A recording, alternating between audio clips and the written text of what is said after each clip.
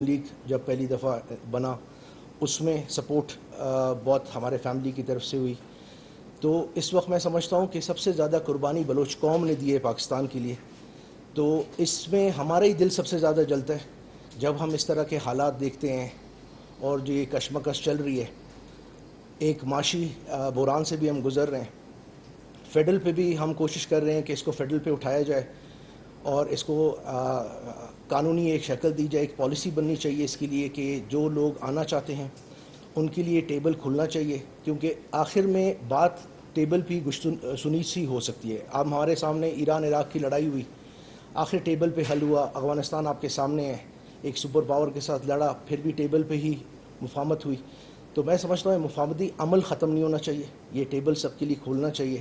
اور جیسے سمبے صاحب نے کہا کہ ابھی ایک معافی کے لیے ایک رستہ کھولا جائے کہ جس میں ایک لوگ آنا شروع کریں مگر قانون کے دائرے کے اندر.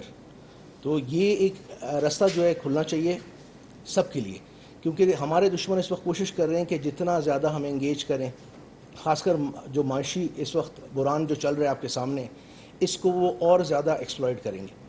تو میں سمجھتا ہوں اس پہ ہماری جو گورنمنٹ ہے خاص کر اسٹوڈنٹس کے لیے ایک رستہ کھولے. ہمارے اتنے 5000 اسٹوڈنٹ سال کے گریجویٹ کر رہے ہیں, روزگار پیدا کیا جائے ان کے لیے, ان کو انگیج کیا جائے. اور جب تک ہم اپنے اسٹوڈنٹس کو اور اپنی لوگوں کو ہم ان کے لیے رستہ نہیں کھولیں گے اور ان کا خیال نہیں رکھیں گے تو پھر اس طرح کے گمراہی ایکسپیکٹڈ ہے. تو میں اس پہ ضیاء جان کو بھی میں کہتا ہوں, ہمارے انٹیریئر منسٹر ہیں سی ایم بلوچستان کے ساتھ بھی ہم میٹنگ کریں گے کہ ایک اچھی پالیسی فیڈرل میں اور پروونس میں خاص کر ہمارے جو یوتھ ہے ان کے لیے ایک سسٹم بنے جو ہم اپنے لوگوں کو روزگار کی طرف لے جائیں. شکریہ. ایک بات آغاز سینیٹر صاحب نے جس طرح بات کی, دیکھیے ہم سے غلطیاں تو بڑی بڑی ہوتی ہیں, لیکن میں ایک تو واضح کرتا ہوں, ایک انسانی جان کا ضائع ہونا بھی بہت بڑی جو ہے بہت بڑی غلطی ہوتی ہے. ایک ہمارے جو قومی احساسے ہوتے ہیں جس سے ہمارے ملک کی بنیادیں ہوتی ہیں, اس کو نقصان پہنچانا بھی بہت بڑی غلطی ہوتی ہے. لیکن جس طرح کی باتیں ہوئی آپ نے بھی سنی, ہم نے بھی سنی, جس طرح کوئی بندہ اتنا باشعور اتنا شعور رکھتا ہو جس نے جو ہے اسٹڈی کر کے لوگوں سے بحث مباحثہ کر کے اس ایک اپنی دنیا میں ایک نیا ایک قدم رکھنے کی وہ کی ہے رکھا ہے.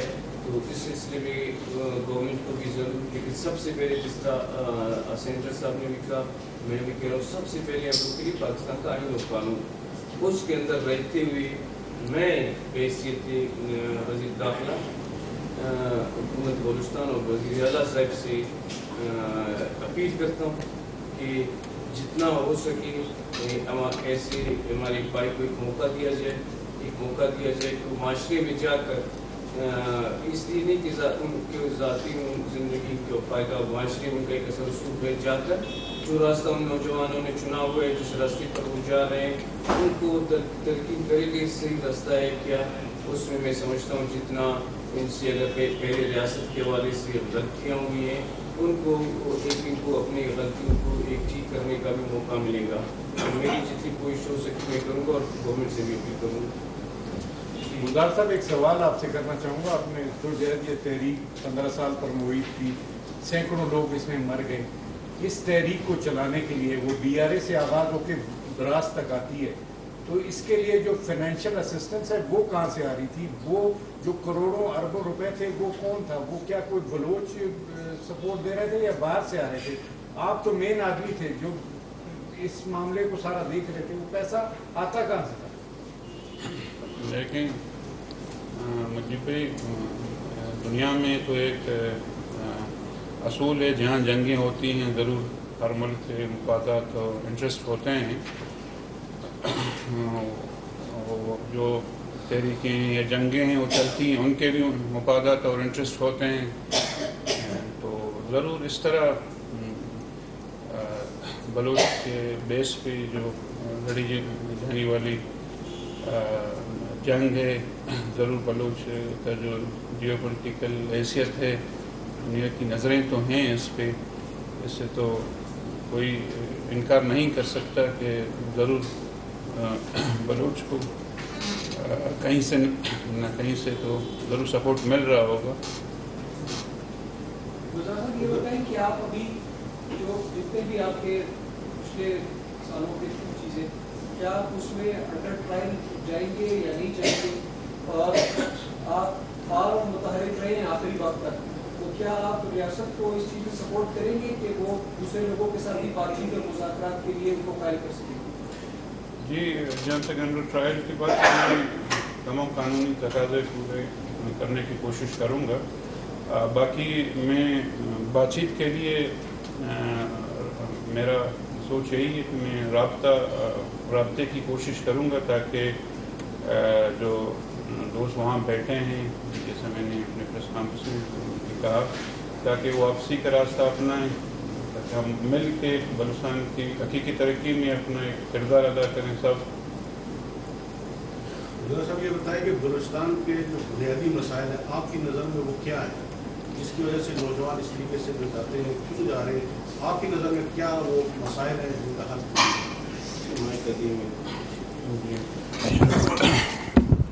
لیکن بھائی میں سمجھتا ہوں کہ بے روزگاری بھی ایک بڑا مسئلہ ہے بلوچستان کا.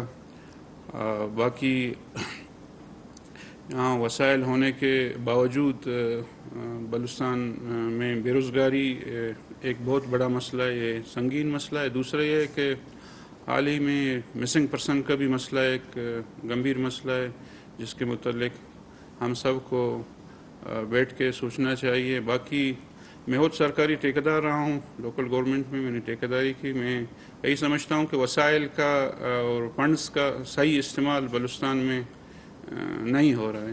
گلزار صاحب آپ یہ بتائیے کہ پہلے یہ تاثر دیا جاتا تھا کہ بلوچستان میں فورسز ہیں اور بلوچستان کو پسماندہ رکھا جا رہا ہے، سیٹلرز یہاں پر ہیں، ہمارے لوگوں کو اکوموڈیٹ نہیں کیا جاتا. لیکن اگر اب آپ دیکھیں تو آپ کی اسمبلی میں بڑی تعداد میں آپ کے جو نمائندے ہیں وہ موجود ہیں. فورسز نے اب اس طرح سے بلوچستان میں موجود نہیں ہے، لوگوں کو آزادانہ حقوق حاصل ہیں، ہر طرح سے آپ کی یونیورسٹیز، ہسپتال، ہر چیز بن چکی ہے.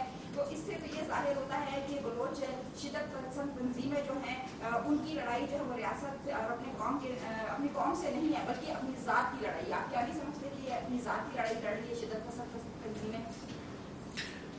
دیکھیں تحفظات میڈم ہیں بلوچستان میں. اگر صاحب بیٹھے ہیں وہ جانتے ہیں کہ بلوچستان کی جو شورش کی ایک پولیٹیکل ہسٹری رہی ہے، آپ لوگ سب واقف ہیں اس چیز سے، سب کا تعلق کسی نہ کسی طریقے سے بلوچستان سے ہے. تحفظات تو ہیں، کمزوریاں دونوں جانب بہت زیادہ ہیں، لیکن کم سے کم 1 سال تک میں یہاں رہا ہوں، میں نے محسوس کی کہ سنجیدگی ہے خاص کر ریاست کی جانب سے کہ چیزوں کو جو تحفظات ہیں ان کو دور کرنے کی. آپ نے اس پوری 15 سالہ جدوجہد کے دوران اپنی ذات کے حوالے سے کیا کھویا اور کیا پایا، اور سیکنڈ آپ کی مسلح جدوجہد کے دوران جن لوگوں کو افیکٹ ہوا، جن کے پیارے مارے گئے، ان کے حوالے سے آپ کا سٹانس کیا ہے؟